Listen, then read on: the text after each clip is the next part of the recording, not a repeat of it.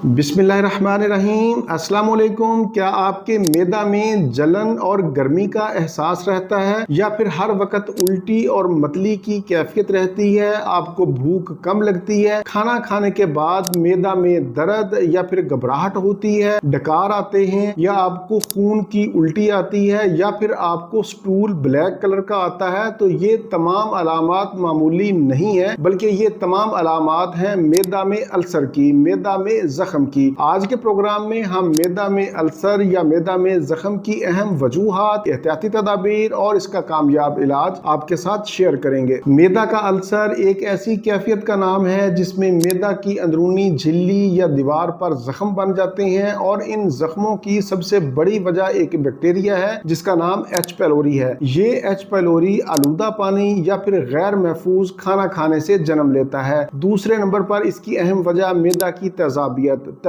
यानी तेजाब का ज्यादा होना, एसिड का ज्यादा होना। ये एसिड कब ज्यादा होता है? जब हम चटपटी चीजें, मसालों वाली चीजें, फास्ट फूड का इस्तेमाल ज्यादा करते हैं, ज्यादा चाय या कॉफी का इस्तेमाल करते हैं, तो इन चीजों के इस्तेमाल से हमारे मैदा के अंदर एसिड यानी तेजाब ज्यादा बनता है। जब तेजाब ज्यादा बनता है तो ये मैदा की झिल्ली को नुकसान देता है और जख्म बना देता है। तीसरे नंबर पर अहम वजह पेन किलर्स का इस्तेमाल करना। हमारे यहाँ बहुत आम रिवाज है और बहुत गलत रिवाज है कि हम मामूली बातों पर पेन किलर्स का इस्तेमाल करते हैं और लॉन्ग टर्म यूज करते हैं, जिसके इस्तेमाल से मैदा पर बुरा असर पड़ता है। इसके अलावा अगर आप सिगरेट नोशी या फिर अल्कोहल का इस्तेमाल करते हैं तो इससे भी मैदा के ऊपर बहुत बुरे असरात मुरतब होते हैं। इसके अलावा एक और अहम वजह जहनी टेंशन और डिप्रेशन भी है। अगर आप मुसलसल जहनी टेंशन और डिप्रेशन का शिकार हैं तो फिर भी आपका मैदा डिस्टर्ब होता है, मैदा में एसिड्स की मिकदार ज्यादा पैदा होती है। ये तो थी मैदा में अल्सर या जख्म की अहम वजूहात और अलामात। अब हम चलते हैं इलाज की तरफ। इलाज की तरफ बढ़ने से पहले जरूरी है कि मैं आपको इसका परहेज बता दूं। परहेज में इससे पहले भी मैंने जिक्र किया कि फ्राई चीजें, चटपटी चीजें, मिर्च मसालों वाली बाजारी खाने, फास्ट फूड, चाय, कॉफी, इसका आप परहेज करें। उबली हुई सब्जियां, सेब, केला, पपीता, जौ का दलिया, तुख्मे बालंगू और सौंफ का पानी मैदा के अल्सर में मुफीद ग़िज़ाएं हैं। अब हम चलते हैं होम्योपैथी तरीका इलाज की तरफ। होम्योपैथी में हमारे पास जो सबसे पहले नंबर पर दवाई है वो है नक्स वोमिका। इसको आपने 30 ताकत में लेना है और इसके 5-5 कतरे दिन में 3 मरतबा इस्तेमाल करने हैं। अगर आपके मैदा में गैस और तेजाबियत है, कब्ज की शिकायत रहती है, ज़हनी टेंशन और दबाव है, रात को नींद नहीं आती, तो नक्स वोमिका 30 5-5 कतरे दिन में 3 मरतबा इस्तेमाल करें। दूसरे नंबर पर हमारे पास दवाई है इपिकाक। अगर आपको मैदा में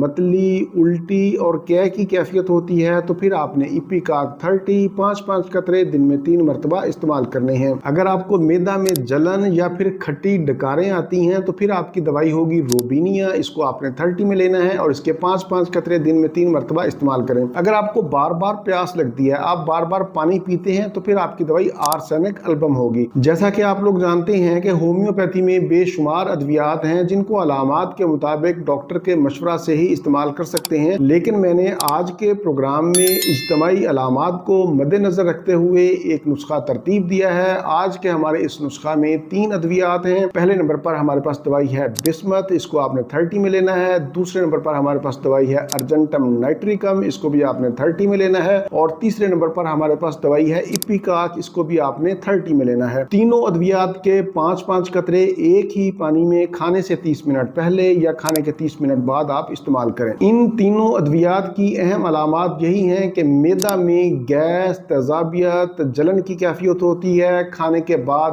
दर्द और बेचैनी बढ़ जाती है, रात को नींद नहीं आती, उल्टी और मतली की कैफियत होती है। अगर आपके अंदर इस तरह की अलामात पाई जाएं तो आप ये तीनों अद्वियात लेकर इस्तेमाल करें। 15 से 20 दिन इस्तेमाल करें, इंशाल्लाह आपको अफाका होगा। बेहतर यही है कि आप किसी भी होम्योपैथिक डॉक्टर के मशवरा से अलामात के मुताबिक ही अद्वियात का इस्तेमाल करें। अगर आप मुझसे इलाज मुआवजा करवाना चाहते हैं तो मेरा व्हाट्सएप नंबर सामने शो हो रहा है 030611777806। इसी नंबर पर आप व्हाट्सएप करें। लेकिन ये सर्विस फ्री नहीं है। प्रोग्राम से मुतालिक कोई भी सवाल हो तो आप नीचे कमेंट्स में पूछ सकते हैं, मैं इंशाल्लाह जवाब देने की कोशिश करूंगा। इसी के साथ मुझे इजाजत दीजिए, दोबारा किसी नई मालूमाती वीडियो के साथ आपकी खिदमत में फिर हाजिर होऊंगा। तब तक के लिए इजाजत। अपने अहले खाना और अपने दोस्तों का بہت زیادہ خیال رکھیں۔ اللہ حافظ، والسلام۔